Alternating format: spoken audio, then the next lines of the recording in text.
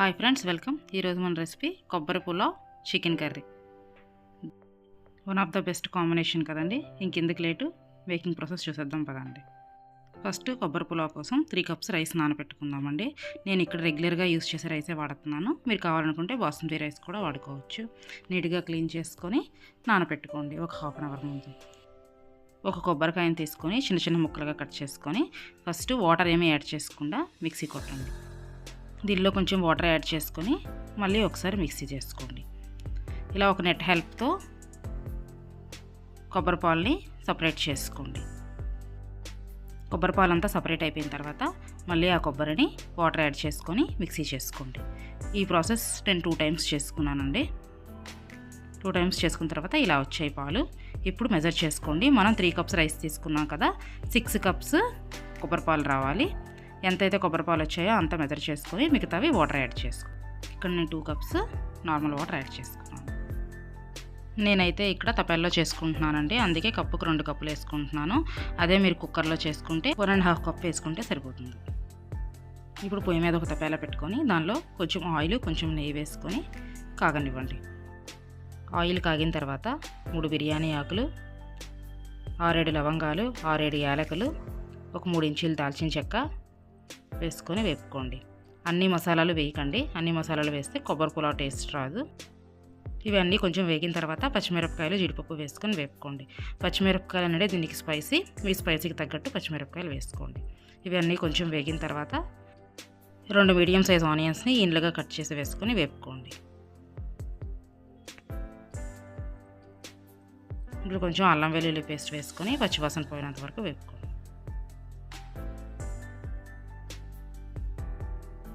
అల్లం వెల్లుల్లి పేస్ట్ పచ్చివాసన పోయిన తర్వాత ముందుగా మనం నానబెట్టి పక్కన పెట్టుకున్న రైస్ వేసుకోండి. రైస్లోనే వాటర్ అంతా ఇంకినంత వరకు రైస్ని వేపుకోండి. అప్పుడే మనకు కొబ్బరి పులావ్ విడివిడిగా వస్తుంది. రైస్ ఒక 5 మినిట్స్ వేగిన తర్వాత ముందుగా మనం మెజర్ చేసి పక్కన పెట్టుకున్న కొబ్బరి పాలను వేసుకొని బాగా కలుపుకోండి. ఇప్పుడు దీనిలోనే సాల్ట్ యాడ్ చేసుకొని మూత పెట్టుకొని హై ఫ్లేమ్లో ఒక ఉడుకు రానివ్వండి.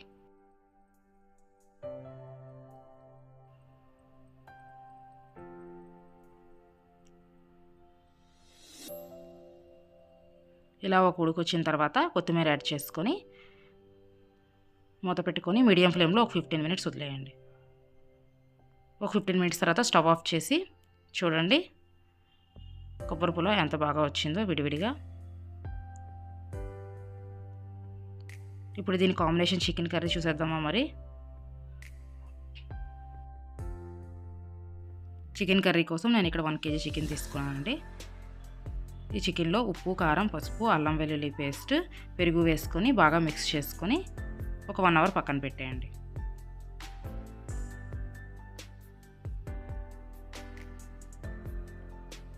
ఒక కడాయి తీసుకొని కడాయిలో ఆయిల్ వేసుకొని ఆయిల్ కాగిన తర్వాత ఒక 4-5 మీడియం సైజ్ ఆనియన్స్ని ముక్కలుగా కట్ చేసి వేసుకోండి. ఆనియన్స్ మూత పెట్టుకొని వేపుకోండి. ఒక 5 మినిట్స్ వేగిన తర్వాత ఓపెన్ చేసుకొని ఇప్పుడు దీనిలో పసుపు, ఉప్పు వేసుకొని బాగా మిక్స్ చేసుకొని మూత పెట్టుకొని ఆనియన్స్ని బాగా వేగనివ్వండి.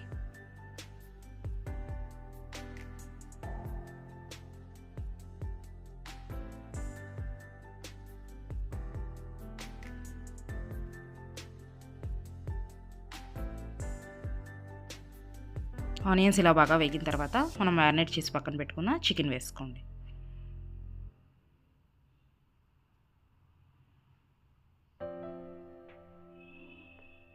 కొంచెం ఆనియన్స్తో కలిపి చికెన్ మిక్స్ చేసుకొని మూత పెట్టి ఒక 5 మినిట్స్ అలా వదిలేయండి.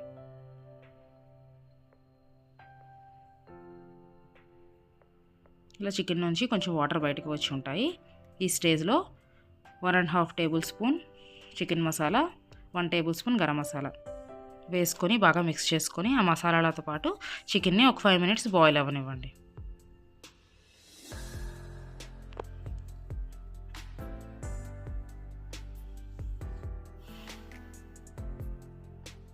ఇలా 5 మినిట్స్ బాయిల్ అయిన తర్వాత దీనిలో మన గ్రేవీకి తగ్గట్టు వాటర్ వేసుకొని బాయిల్ చేసుకోండి.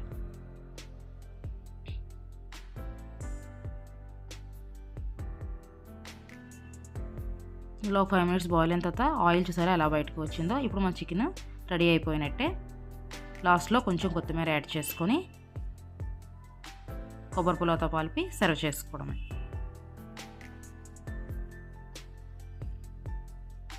వీడియో నచ్చితే లైక్ చేయండి. Please subscribe.